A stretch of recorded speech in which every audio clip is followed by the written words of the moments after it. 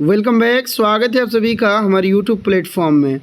इस वीडियो में हम लोग बात करेंगे क्या डीसीएफ फॉर्म के आधार पर ही शिक्षकों का ट्रांसफ़र होगा या फिर आप जो ट्रांसफ़र के समय अप्लाई करेंगे और उसमें जो एड्रेस देंगे उसके आधार पर होगा। क्योंकि काफ़ी लोगों को ये कन्फ्यूज़न है कि जो डीसीएफ फॉर्म अभी भर के हम लोग जमा कर रहे हैं, क्योंकि ये स्पेशली एड्रेस के लिए ही है, तो क्या इसके आधार पर ट्रांसफ़र होगा। और दूसरी सवाल, क्या टीआरडी 3 के शिक्षकों को इस ट्रांसफ़र में मौका दिया जाएगा या नहीं।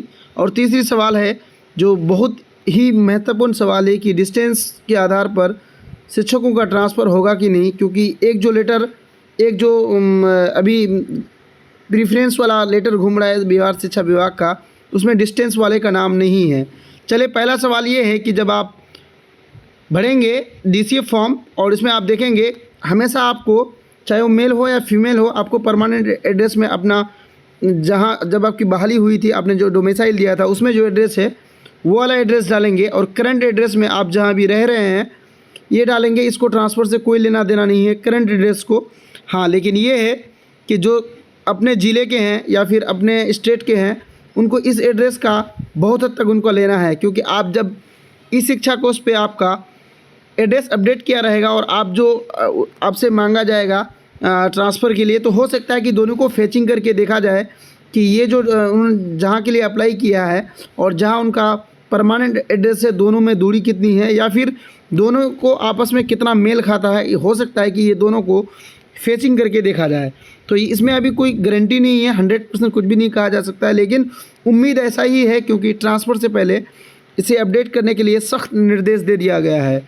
चलिए, दूसरी सवाल, क्या टीआरडी 3 और टीआरडी 2 के शिक्षकों का ट्रांसफ़र होगा। क्योंकि उनका डेमो शिक्षा कोर्स जो है नहीं खोल रहा है, तो इस बात के लिए आप लोग निश्चित होकर रहें। 100% टीआरडी 2, 1 और 3 सबका ट्रांसफ़र होगा। वैसे शिक्षकों का भी ट्रांसफ़र होगा।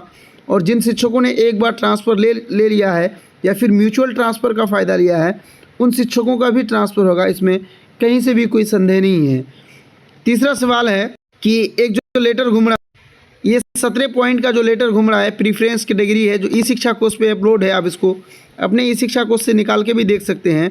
तो इसमें देखिए आप 17 पॉइंट है और इसमें कहीं भी डिस्टेंस वाले शिक्षकों का नहीं है।